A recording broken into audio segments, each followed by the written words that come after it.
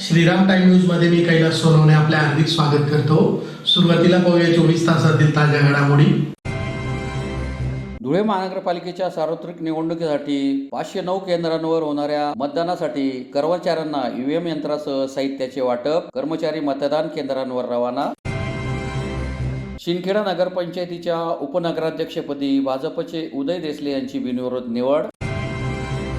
प्रभाग क्रमांक 1 मध्ये भाजपच्या उमेदवाराच्या विरोधात आचारसंहिता भंगाचा गुन्हा दाखल करण्याची मागणी। ETS प्रणालीद्वारे सर्व वाहनांची होणारी फिटनेस बंद झाल्याने उत्तर महाराष्ट्र ट्रक चालक व मालक संघटना आक्रमक। आणि रुरल एज्युकेशन सोसायटीच्या वर्धापन दिनानिमित्त व मकर संक्रांतीनिमित्त विविध सांस्कृतिक कार्यक्रम तसेच विद्यार्थी गुणगौरव सोहळा संपन्न।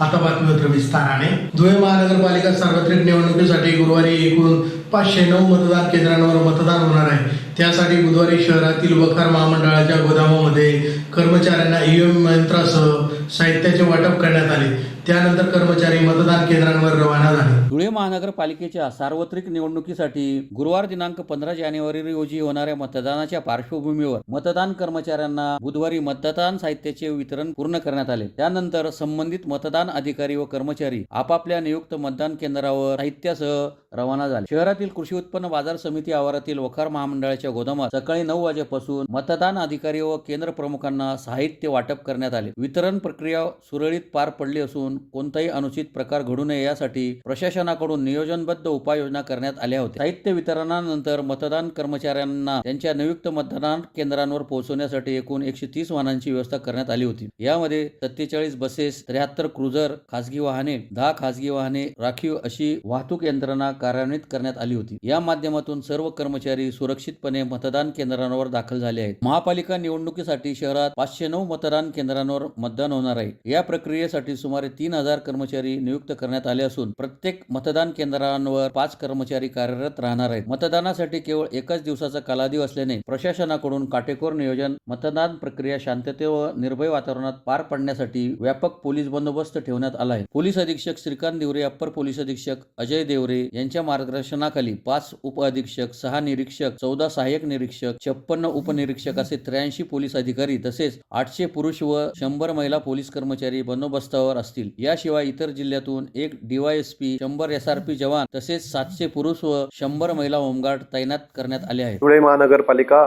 सार्वत्रिक निवडणुकीच्या अनुषंगाने मतदान साहित्य वाटपाची प्रक्रिया आज पार पाडण्यात आलेली आहे।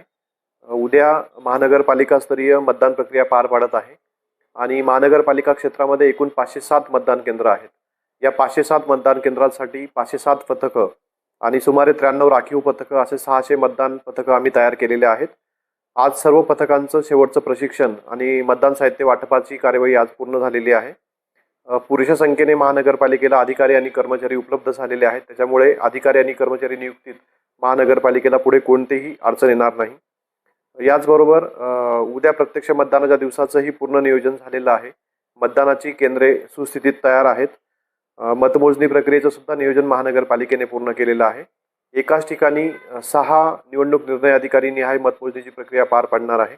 साधारणतः प्रत्येक निवडणूक निर्णय अधिकाऱ्याकडे 7 ते 10 टेबल्सवर मतमोजणीची प्रक्रिया सुरू असणार आहे।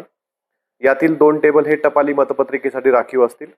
साधारणतः 10 ते 14 फेऱ्यांमध्ये महानगरपालिकेची मतमोजणी प्रक्रिया पूर्ण होईल। 3 ते 4 तासात महानगरपालिकेची मतमोजणी प्रक्रिया पूर्ण होईल अशी आम्हाला आशा आहे। दिनांक 16 जानेवारी रोजी मतमोजणीच्या ठिकाणी उमेदवारांना प्रवेश, त्याचबरोबर अनधिकृत लोकांना तिथे प्रवेश असणार नाही याबाबतच्या सगळ्या उपाययोजना पोलिसांसोबत आम्ही प्लॅन केलेल्या आहेत। उद्या मतदानाच्या दिवशी महानगरपालिका क्षेत्रातील सर्व मतदारांना मी नम्र विनंती करेल की मोठ्या संख्येने मतदान करा, सगळ्यांनीच मतदान करा आणि आपल्या धुळे शहरामध्ये आजपर्यंतचा जो मतदानाचा उच्चांक असेल तो सुद्धा ह्या महानगरपालिकेच्या निवडणुकीत मोडीत काढावा अशी विनंती मी सर्व मतदारांना या क्षणी करेल। शिंदखेडा नगरपंचायतीच्या उपनगराध्यक्षपदी भाजपचे उदय देसले यांची बिनविरोध निवड झाली।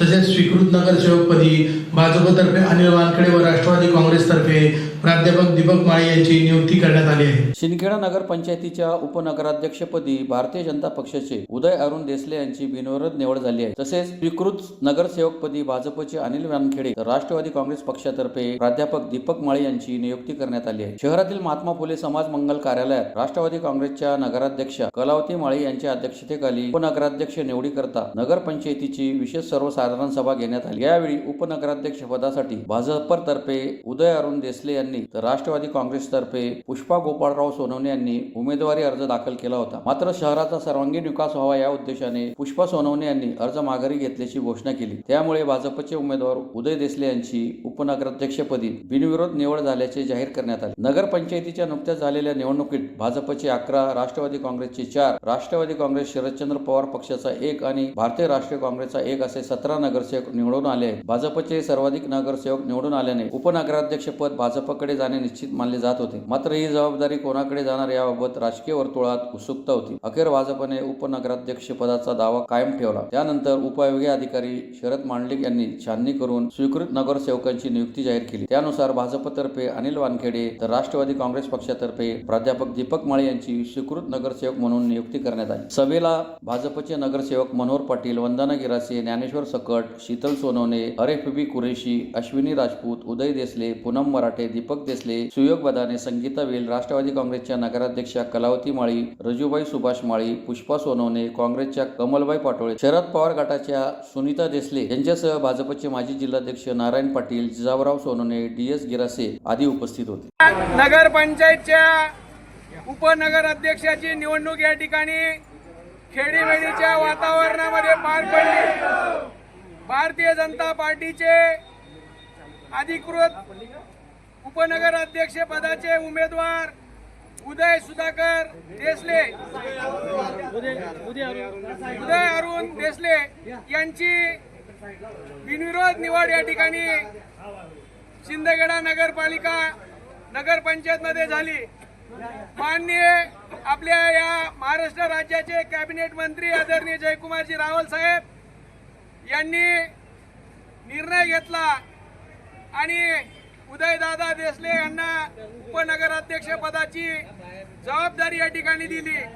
तसेच या शिंदखेड्याचे गटनेते आणि आमच्या पॅनलचे प्रमुख आदरणीय रावसाहेब अनिलजी वानखेडे यांची स्वीकृत सदस्य म्हणून नगरसेवक म्हणून या ठिकाणी माननीय जयकुमारजी रावल साहेब यांनी निवड केली.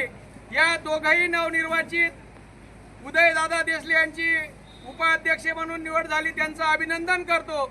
आणि अनिल रावसाहेब यांचं नगरसेवक पदी निवड झाली, यांचंही मी भारतीय जनता पार्टीच्या वतीने आणि तमाम शिंदखेडा तालुक्यातील आणि शिंदखेडा शहरातील सर्वसामान्य जनतेच्या वतीने दोघांचं मनापासून अभिनंदन करतो.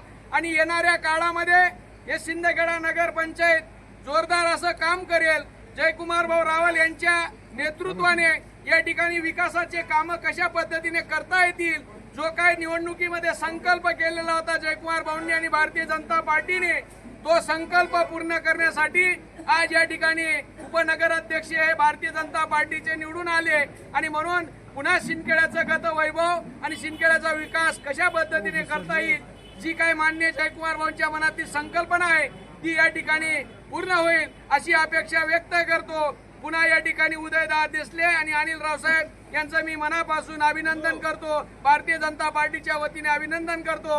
आणि शिंदखेडा शहरातील तमाम जनतेने या चांगल्या सुवर्ण संधीचा आम्हाला मोका दिला, म्हणून पूर्ण जनतेचंही मी मनापासून भारतीय जनता पार्टीच्या वतीने अभिनंदन करतो. जय हिंद. धुळे महानगरपालिका निवडणुकीसाठी बुधवारी प्रचाराची मुदत संपली.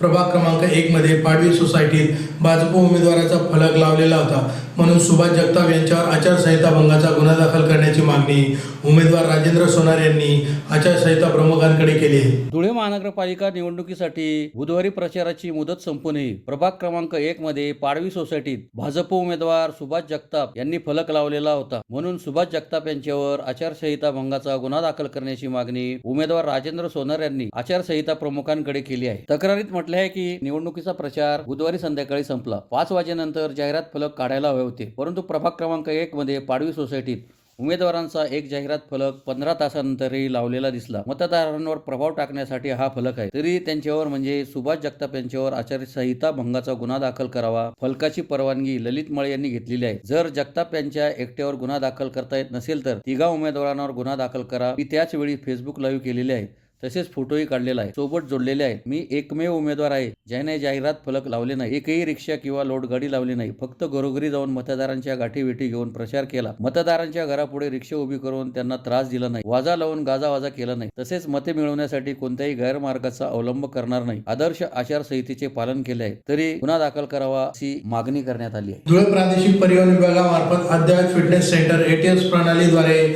सर्व वाहनांची होणारी फिटनेस बंद झाल्याने उत्तर महाराष्ट्र ट्रक चालक व मालक संघटनेतर्फे याचा निषेध करीत सदर सुविधा सुरू करण्याची मागणी करण्यात आली आहे. धुळे प्रादेशिक परिवहन विभागामार्फत अद्ययावत फिटनेस सेंटर ATS प्रणालीद्वारे सर्व वाहनांची होणारी फिटनेस बंद झाल्याने उत्तर महाराष्ट्र ट्रक चालक मालक संघटनेतर्फे याचा निषेध करीत सदर सुविधा सुरू करण्याची मागणी करण्यात आली आहे. धुळे प्रादेशिक परिवहन विभागामार्फत अद्ययावत फिटनेस सेंटर ATS प्रणालीद्वारे सर्व वाहनांची फिटनेस होण्यासाठी 31/12/2026 पर्यंत सुरू असलेली फिटनेस प्रणाली अचानक 1/1/2026 पासून थांबवण्यात आली. फिटनेस होण्या अगोदर ऑनलाईन मिळणारी अपॉइंटमेंट बंद करण्यात आली आहे. सदर फिटनेस प्रणाली बंद केल्यामुळे धुळे जिल्ह्यातील चालक मालकांना मोठा त्रास सहन करावा लागत आहे, म्हणून त्वरित ही सुविधा सुरू करावी अशी मागणी करण्यात आली आहे. यावेळी उत्तर महाराष्ट्र ट्रक चालक मालक संघटनेचे सचिव मनोज राघवन, दिनेश शर्मा, सुनील पाटील, रवींद्र शिंदे, मनोज पाटील, हुसेन शेठ, हरीश विभूते, राकेश चौधरी, सिद्दीक उमरानी, किसन भारस्कर आदी उपस्थित होते. सुरांची मागणी अशी होती,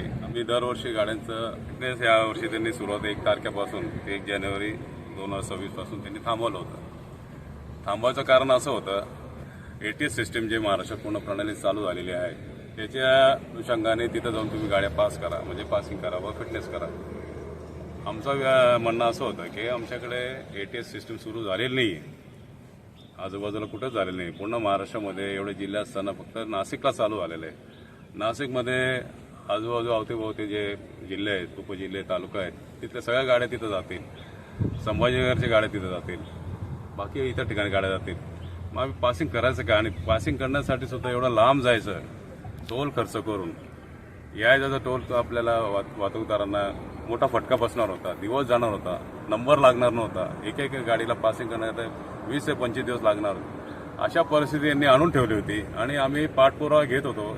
1 तारखेपासून बंद झाल्यापासून दुसऱ्या तिसऱ्या दिवशी आमची मोटर मालकांनी भरपूर पाठपुरावा केला, पण हे ते सोंग करत असं सांगत होते की बा येते, आम्ही मेल केला आहे, कमिशनर साहेबांनी दिलेला मेल केला आहे, ते लवकर ऑर्डर आले का आम्ही लवकरच चालू करू. शेवटी संघटनाने सगळ्यांचा विचारात घेऊन आम्ही काल परत भेटलो होतो RTO विवर साहेबांना. त्यांनी आम्हाला आश्वस्त केलं होतं की उद्या संक्रांत आहे, संक्रांतच्या दुपारपर्यंत आम्ही करू, म्हणजे सुरुवात करूया आणि काय तुम्हाला आंदोलन वगैरे करायची काही गरज नाही. पण इथे आज आल्यानंतर आम्हाला असं कळालं की आज पण तेच काल सारखं परवासारखं तेच बोलणं चालत राहायचं की बा आमच्या अधिकाऱ्यांना आम्ही मेल केलं आहे, ते अजून आलं नाही.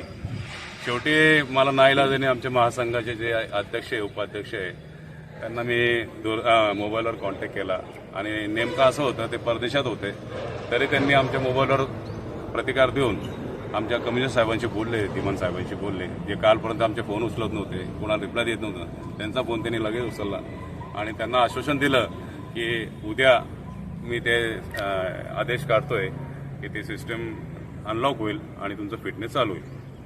तर मी तुमच्या मार्फत असं सांगू इच्छितो की हे जे चाललेलं आहे दडपशाही म्हणा किंवा हे मनमानी म्हणा, हे कुठं ते थांबायला पाहिजे आणि तुम्ही जास्तीत जास्त लोकांना तुमच्या माध्यमातून हे शेअर करा की RTO ऑफिस जे काम करताय ते लोकांसाठी करताय का कुठल्या एजंटसाठी करताय ते आम्हाला कळलं नाही आता.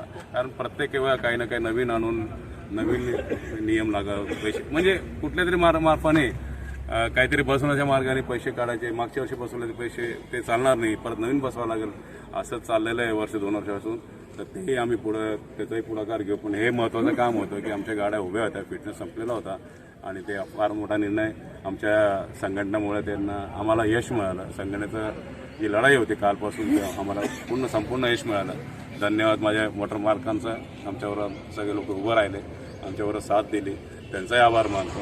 महत्वाचं अजून एक, कारण भरपूर गाड्या पेंडिंग आहेत. उद्या इलेक्शन असताना सुद्धा ते महत्वाचं आहे. उद्या इलेक्शन आहे, वोटिंग आहे, तरी ते त्यांच्या अधिकाऱ्यांनी त्यांना नेमलेले आहेत पासिंग त्याच्यावर राहिल्यापासून, आणि शनिवार रविवार सुद्धा ते काम करणार आहे. म्हणजे जो लोड वाढलेला आहे तो लोड काही अधिकाऱ्यांना शनिवार रविवारी बोलून ते काम करून देणार आहे, असं त्यांनी आम्हाला आश्वस्त केलेलं आहे.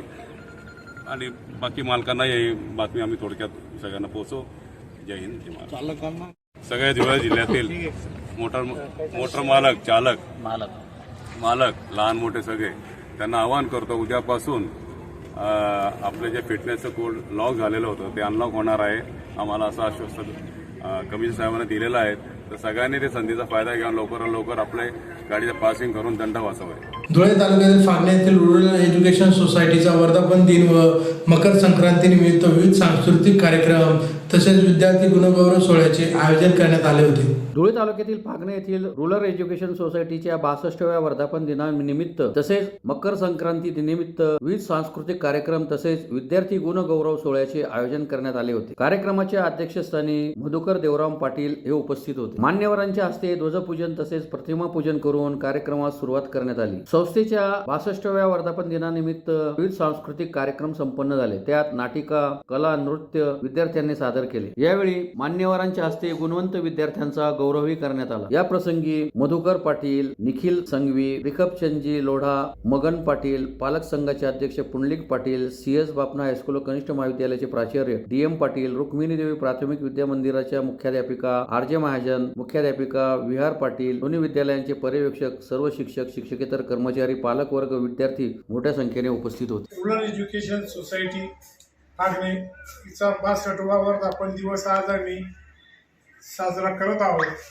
या साजऱ्यामध्ये जे दिवंगत सभासद व संचालक मंडळ होतं त्यांना फुलार अर्पण करून त्यांची पूजन करून व संस्थेचा मानवंदनाचा झेंडा फडकवून आज आम्ही कार्यक्रम 62वा वर्धापन दिवस आज साजरा करत आहोत.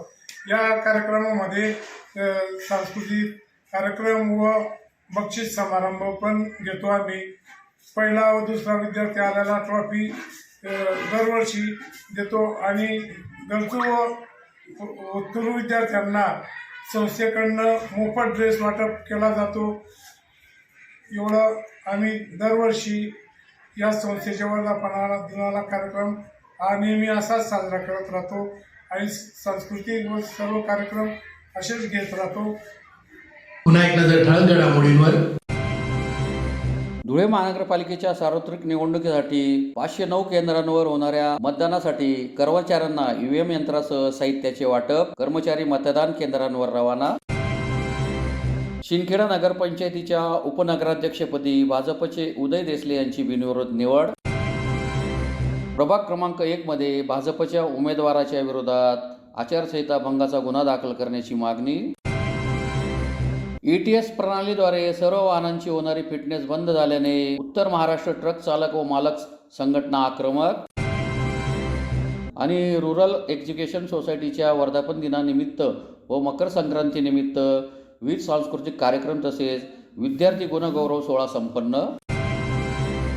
याचबरोबर श्रीराम टाइम न्यूजच्या बातम्या संपली.